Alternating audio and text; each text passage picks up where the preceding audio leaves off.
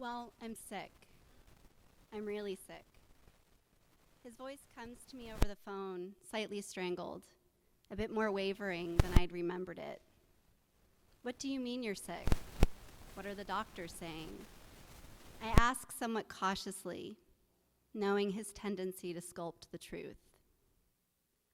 Well, Western medicine calls it ALS, Lou Gehrig's disease, which is essentially a death sentence. And I refuse to accept it. He bites out the final words, emphasizing his fight. Reflecting now, I think that had I truly listened to his words, had I really understood how much he refused to accept that he was dying, how differently our journey would have gone over the 8 months that I cared for him before he passed away. Kenny was 16 years my senior. We dated for 2 years over a decade before, and our relationship had been tumultuous at best. And so flying up to Oakland to visit him in the summer of 2014, I'd planned on staying for just 5 days to say my goodbyes and make my peace. But when I saw him being assisted out of a car into a wheelchair in front of the VA hospital, his body wasted away, eyes sunken in, fingers gnarled, head struggling to stay upright, everything I'd been so angry about, everything I'd been holding on to for the past 12 years, just melted away. All I could see was someone who I'd loved deeply and inexplicably, someone I realized I still loved that way, albeit not romantically, was sick and dying, mostly alone, and incredibly afraid. The past wrongdoings, the betrayals, the anger, it all became story. And what was left was just the two of us, two incredibly human people who had been through some of the best and worst of life together. In that moment, I knew I couldn't leave him. And that inexplicable feeling that had kept drawing me back into Kenny's life, call it a soul-level connection or an unhealthy codependency, made it impossible for me to leave his side from that day on. And so in that choice, a very small community was born, the community of Kenny and I. Whenever a community is created, people inevitably want to know why its members came together. And due to the particulars of our complicated past and our unlikely present, my friends and family were a combination of curious, confused, and concerned. But why, Sharna, they would ask, why after everything that's happened between you two are you putting your life on hold to take care of him? There were probably at least 10 different answers to that question. That I couldn't imagine him dying in a nursing home at 51 years old. That hospice said he didn't have more than maybe a few months left, and it was so little of my life to give for the last of his.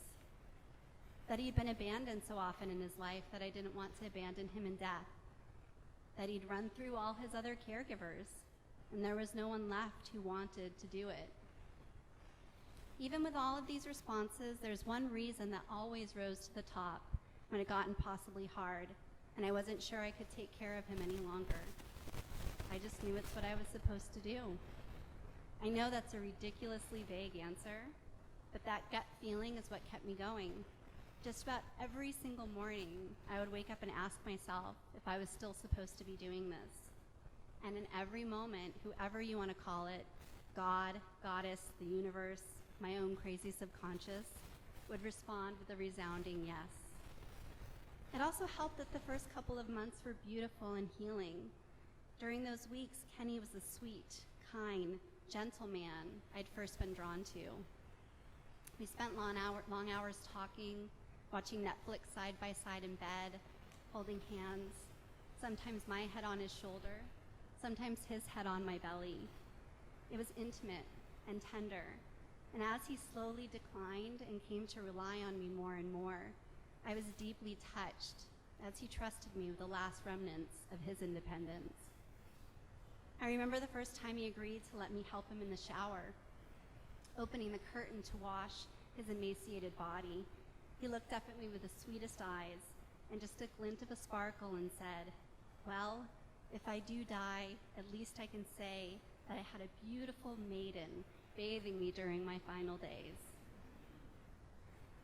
I also hoped in moments like these, where his decline was so obvious, that he would come to accept the fact that he was dying, mainly because I felt it would give him peace, and also perhaps he could find some small measure of joy in his last days here. But Kenny was a fighter. It's who he was deep down in his core.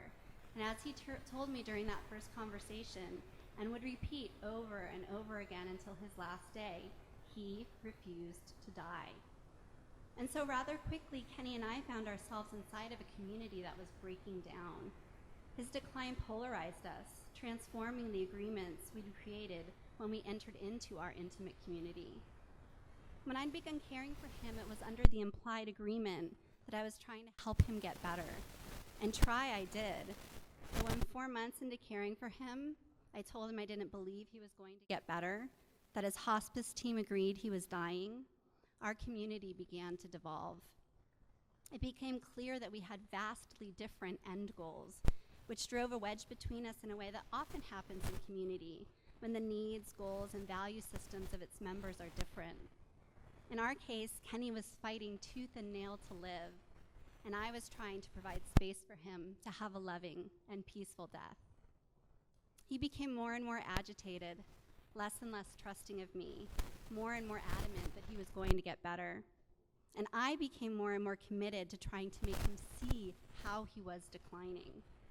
As often happens in communities when two members face off, we each worked harder to insert our own values and goals as the right way, the only way. Yet ironically, while I was preaching to Kenny about acceptance, I was doing the exact opposite. I was trying to get him to accept his death while conveniently avoiding to accept who Kenny was as a person. He was never going to give up. And when I realized that, I also realized I had a choice, as any of us do when we find ourselves in a community where our values and goals have changed. I could choose to accept Kenny fully for who he was, walking with him as he took the journey through his illness that he wanted, or I could place him in a nursing home, put distance between us, and go on with my life. And so I searched my values, trying to see if I could stay in that situation with my values still intact. I decided to choose for myself what I've been trying to force onto him, acceptance. And I also reaffirmed another fundamental value, unconditional love. It was in the combining of these two values that I learned an amazing skill, how to hold space for someone else. Toward the end, Kenny mostly couldn't talk, and so he communicated by writing on a pad of paper. In one moment, he would write, "I refuse to die," and in the next, "I feel like I'm dying," only to be followed by, "I'm going to have a miracle." In the beginning, I would try and reason with him, showing him practical evidence of his decline. But when I accepted and loved Kenny for who he was, I stopped trying to make him see the situation through my eyes, and instead asked more questions so I could understand the reality of his experience. Why do you feel like you're dying? What kind of miracle will you have? Rather than giving my opinion about any of it, I simply listened, nodded my head, and asked another question. I learned that this is what it is to hold space. Because really, neither one of us was going to stop death. She was coming all on her own in her own time. And I wasn't going to stop Kenny either. I wasn't going to change someone who had practically come out of the womb fighting. But I could change me, and I could change the kind of experience I wanted to have, even when that meant watching Kenny struggle to live, bitter, frustrated, and often screaming in anger. Just as I learned more about my values, I learned about Kenny's too. I learned how deeply his value system was based on survival, on trying to accomplish the impossible. Part of the reason there was no one else to care for Kenny in his final days was due to an upbringing that had created a fighter. Abandoned time and again throughout his childhood, Kenny was homeless several times during his adolescence. And so he learned to hop from person to person, demanding what he needed until he'd milked the pump dry and then moving on to the next person. Kenny had grown up learning that you looked out for number one first, that trust was a fickle thing, and that people usually let you down. And so his value system said, when the going gets tough, fight back even harder and never, ever surrender. I think it's a wonder sometimes that our community lasted as long as it did with such different goals and values. And so when death finally did come, he approached it like a fighter. He awoke out of a peaceful morphine slumber to rip the oxygen mask off his face as I turned on the light lying next to him in bed.